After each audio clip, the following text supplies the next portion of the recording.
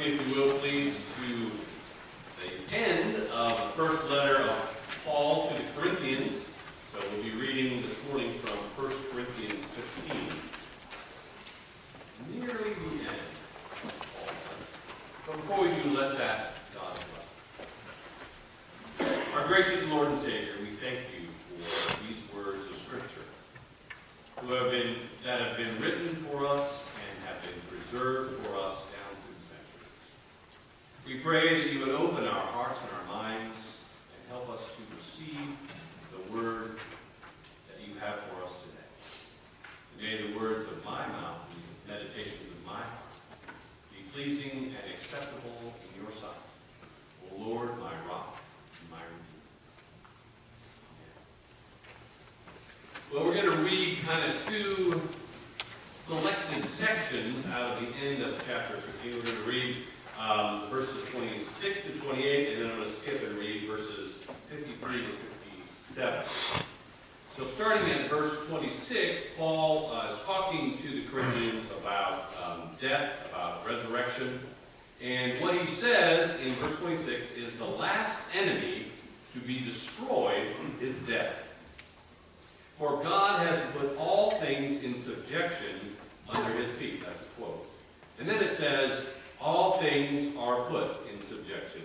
It is plain that this does not include the one who put all things in subjection under him. When all things are subjected to him, then the Son himself will also be subjected to the one who put all things in subjection under him, so that God may be all in all. Then skipping over to verse 53, Paul says, for this perishable body must put on imperishability, and this mortal body must put on immortality. When this perishable body puts on imperishability, and this mortal body puts on immortality, then the saying that is written will be fulfilled. Death has been swallowed up in victory. Where, O death, is your victory? Where, O death, is your sting? The sting of death is sin, and the power of sin is the law. But thanks be to God who gives us the victory through our Lord Jesus Christ. May the Lord bless to us this reading of his word. I have a lot of books on the walls of my office. If you've ever been in there, you'll know that I have a lot of books. Several books have come and said, oh, look at all those books. In fact, I had so many that I've overflowed the built-in shelving and have had to put some more in the shelves on the other side, and there's even more in the cabinets behind my desk that you can't see because I closed the cabinet doors. So I have lots of books, but I also have a few DVDs. Some are instructional, common, documentaries and stuff, like you might expect a scholar to have, but I have to admit that I also have a few movies on my shelf. One of which, if you go into my office, is the movie Rocky. One of my favorites. I don't know if you remember that movie. It came out in the 70s with Sylvester Stallone. But if you do, you'll remember that it's the story of a kind of a no-name, low-life boxer who was just barely getting by. He was having fights locally in Philadelphia, and he was just kind of struggling. But he has been given to him the chance of a lifetime to fight the world heavyweight champion. He skips over all the steps in between and goes right to the goal. He knows that the world heavyweight champion is the champ for a reason, and so he doesn't think that he'll be able to beat him, but what he just hopes is that he won't be knocked out. And so, as a result, he trains hard, he fights with everything he has, and ultimately, at the end of the film, shows that he is a champion as well. If you remember that film, you remember how much of a struggle it was for Rocky and how important it was. He kept saying, I just don't want to be knocked out. I don't want the bell to ring with me on the ground. I want to be able to go toe-to-toe with the champ. And so he fights as hard as he can. A couple times he gets knocked down, but he always manages to get back up again. And so when the final bell rings, And that closing scene where both Rocky and the champ are just kind of completely spent, they're both covered with blood and bruises, is a powerful image. Just, this whole image of giving everything you have in this battle, in this match. And in the end, Rocky may have lost the match, but for him, because of what his goals were, it was still a victory. I'm going to be preaching over the next several weeks about the cross of Christ. And when I think of the cross of Christ, I think about it sometimes in those terms. Paul talks about the cross as a victory in the passage that we just read. But it seems a strange sort of victory, doesn't it? A victory that looks, for all intents and purposes, much more like a defeat. That image of a man hanging in pain, bruised and bloody, looks much more like a loss to most of us than a win. A few weeks ago, we read from the first part of 1 Corinthians, where Paul says that the cross is foolishness to those who don't understand it. It doesn't look like victory. It looks more like defeat. And it's one of those things, Paul says, that you have to really be able to understand before you can appreciate it. And so, as I said, for the next several weeks, I'm going to be talking about the cross as we move toward Holy Week and ultimately Easter. And I'm going to be unpacking that message a little bit, and I want to do it by means of images. I want to see what the cross means and how we can understand that, because the Bible uses a lot of images when it describes the cross and what the cross has done for us. For example, if you look at this passage we've just read, you'll notice that there are a lot of images, a lot of words that Paul uses that bring up the idea of a battle, and even of a battlefield. Look through the verses and you'll see words like enemy, destroy, subjection, and death. But the main word I want to focus on this morning is the word victory. Paul uses it more than once throughout this passage to describe the work of Jesus Christ. And I want to say that, kind of like Rocky, Jesus' victory seems a strange sort of victory. It looks a whole lot more like defeat. So, as we look at Jesus on the cross, what kind of victory can Paul be talking about? A victory over what or whom? Well, the first thing I think we have to say about the victory that Jesus has won for us is that it is a genuine one rather than a symbolic one. A few weeks ago, when we talked about what the cross of Christ meant, I went to great lengths to point out that Christians believe that the death of Jesus Christ is an historic event. It actually happened in history. It was something that, had we been there, we could have taken a photograph or made an oil painting or something, but we could have actually visualized and seen these events happening. It is an actual event. So if that's true, then the victory that Christ has won for us is just as real and just as significant. And so it's not merely a symbolic victory, it is a real and actual victory. So as we look at the passage of Scripture that we read this morning, in the very first verse, Paul identifies the enemy with whom Christ has done battle. And who he says Christ has fought with is death. Now we all know that death is the one who usually wins. Death is the one who usually has the final say. But not this time. Paul says death has been swallowed up in victory. Well, if death is the one that's been defeated, it sure seems like a strange victory, doesn't it? Because ultimately all of us still die. Even Jesus, who's the hero of the story, had to die as a part of that victory. So what is it about death that makes death the enemy? And why is death opposed to God? Well, if you're going to look for an answer to that, you have to go all the way to the beginning of creation, because it's a long story.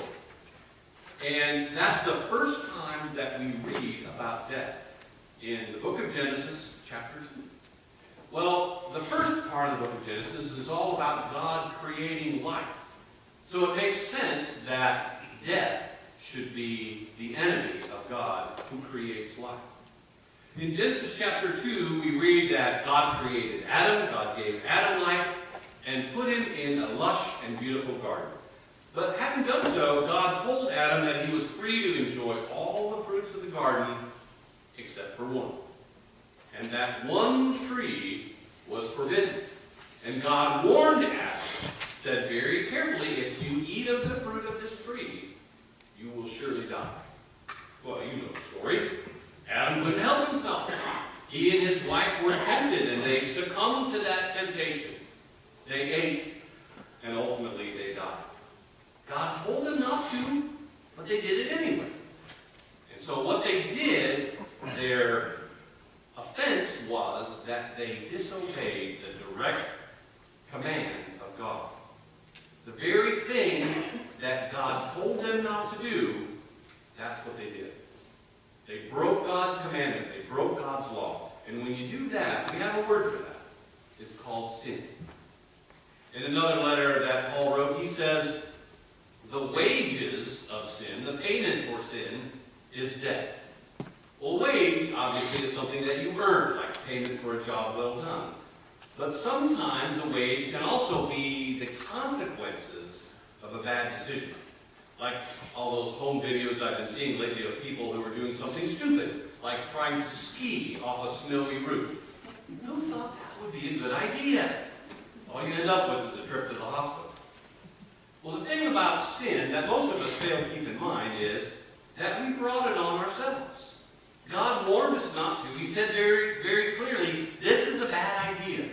But we had to try it anyway.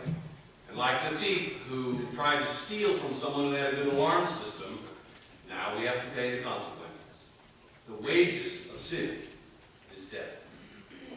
Paul elaborates on this idea of the relationship between sin and death even further in the book of Romans. If you look up Romans chapter 7, Paul spends some time explaining that God's commandments are good. They're holy. They're just. And God gave us good advice when he gave them to us and told us what to do in order to live well.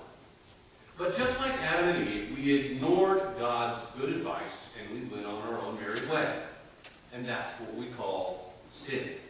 And it brings only death in its wake. Now you'd think, after all that instruction and all those clear connections, that we would learn something about it. You'd think we would know better. But we keep on making bad choices over and over again. Why is that? Well, the Apostle Paul wondered the very same thing. And in Romans chapter 7, he says that he struggles with that himself in his own life. He says, I find that when I want to do what is good, evil lies close at hand. For even though I delight in God's law, deep inside me there is another law that is at war with what I know is good. And it makes me a captive to the law of sin that lives within me. See all those images of the battlefield, war, and captivity? And then he goes on and says, what a wretched man I am. Who will save me from this body of death? Thanks be to God through Jesus Christ, our Lord. See, Paul understood the nature of captivity. He understood that sin is like being bound captive to death and the devil. And he says he recognizes that he's trying to do all he can do, but it's just not working out. That we have done all that we can do, and it's just not enough. And that's why Jesus came and took it upon himself to come into our world and to do for us what we couldn't do ourselves. He took our punishment. If the cost of sin is death, he determined to pay that cost. He would see to it that we were free from the slavery of sin. If you're a Star Wars fan like I am, you'll know of this scene in one of the Star Wars movies, I think it's the third one, where, well, the third one of the original series, so yeah, it's really the sixth. Anyway, it's the scene where Han Solo has become encased in carbonite. He's literally trapped. And then Princess Leia, who's gone to kind of try and help him out of that, is also captured, and she is now a slave to the evil gangster Jabba the Hutt. But then, into this certain slavery and death, comes Luke Skywalker. He walks boldly into the fortress and tells Jabba that he should free these people, or else it will go badly for him. Well, being the guy that Jabba the Hutt is, he refuses. And of course, if you watch the film, you know that it does go badly for him.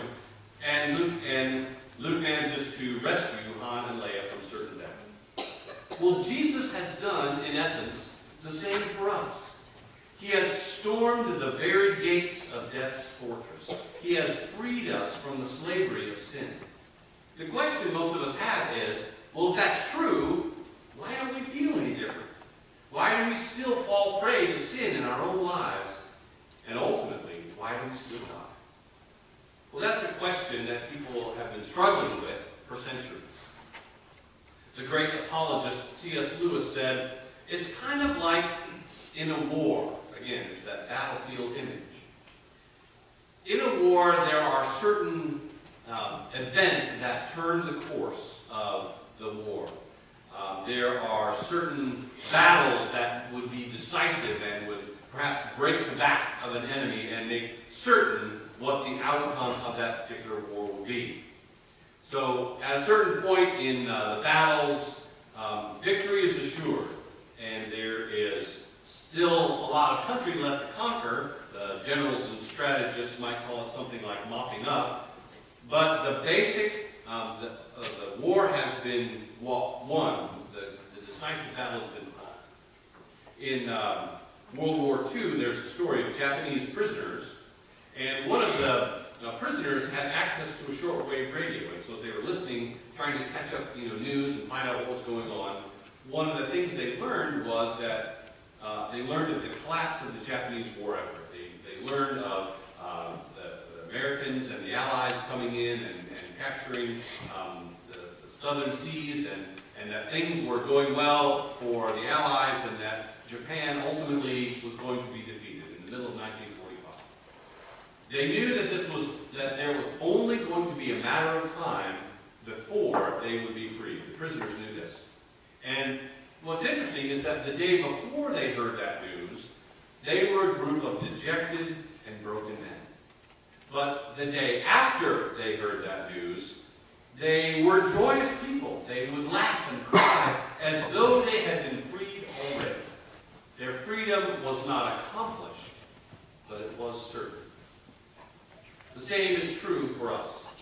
Even though we are still held captive by sin, the victory has been won. It is certain and it is assured. There may be some fires yet to put out. There may be some more holdouts to put down. But the final battle has been won. And that's why Paul can say in this passage, death has been swallowed up in victory. Where, O death, is your victory? Where, O death, is your sting? Thanks be to God through Jesus Christ our Lord. Let's pray together. Gracious God, we have been truly blessed as we know and understand that you have won the victory for us. There still is more to be done. Each one of us needs to reach out. Each one of us needs to claim that victory for our own. But as we do that, we know that you encourage, you bless, and you keep us. We pray that you would continue to do that through Christ our Lord.